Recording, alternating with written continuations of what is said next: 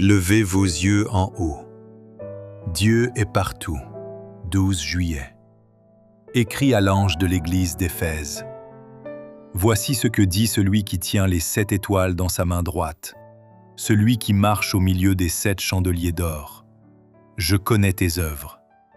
Apocalypse 2, versets 1, 2. Ces mots tombent des lèvres de celui qui ne peut mentir. L'image révèle une vigilance continuelle. Le Christ se tient parmi les 7 chandeliers d'or, marchant d'église en église, d'assemblée en assemblée, de cœur en cœur. Celui qui veille sur Israël ne sommeille ni ne dort. Si le soin des chandeliers était laissé aux intermédiaires humains, la flamme vacillerait et s'éteindrait bien souvent. Mais Dieu n'a pas livré son Église aux mains des hommes. Christ, lui qui a donné sa vie pour le monde afin que tous ceux qui croient en lui ne périssent point, mais qu'ils aient la vie éternelle, est le véritable gardien de la maison. Fidèle et véritable, il surveille les parvis du Seigneur.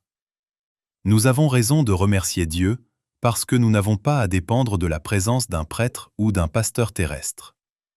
Nous sommes gardés par la puissance de Dieu. La présence et la grâce du Christ, c'est le secret de toute vie, de toute lumière. Un saint gardien note les activités et les travaux de notre vie, et il pèse chaque motif qui nous pousse à l'action. La main qui traça les caractères sur le mur du palais de Belchatsar inscrit partout « Dieu est là ». Dieu est partout.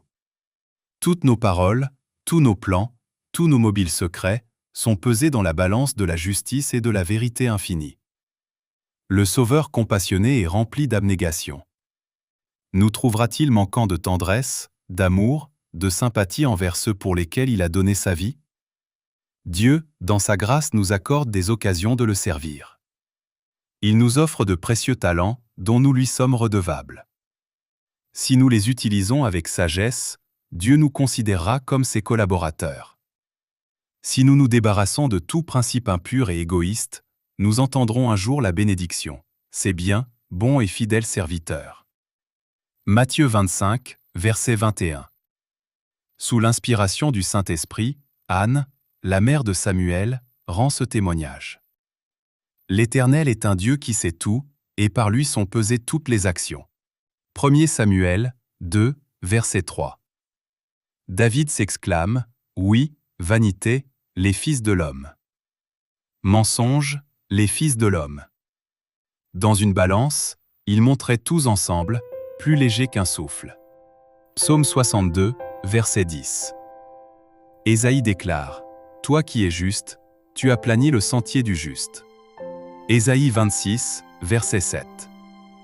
Et Salomon écrit, « Toutes les voies de l'homme sont pures à ses yeux, mais celui qui pèse les esprits, c'est l'Éternel. » Proverbe 16, verset 2.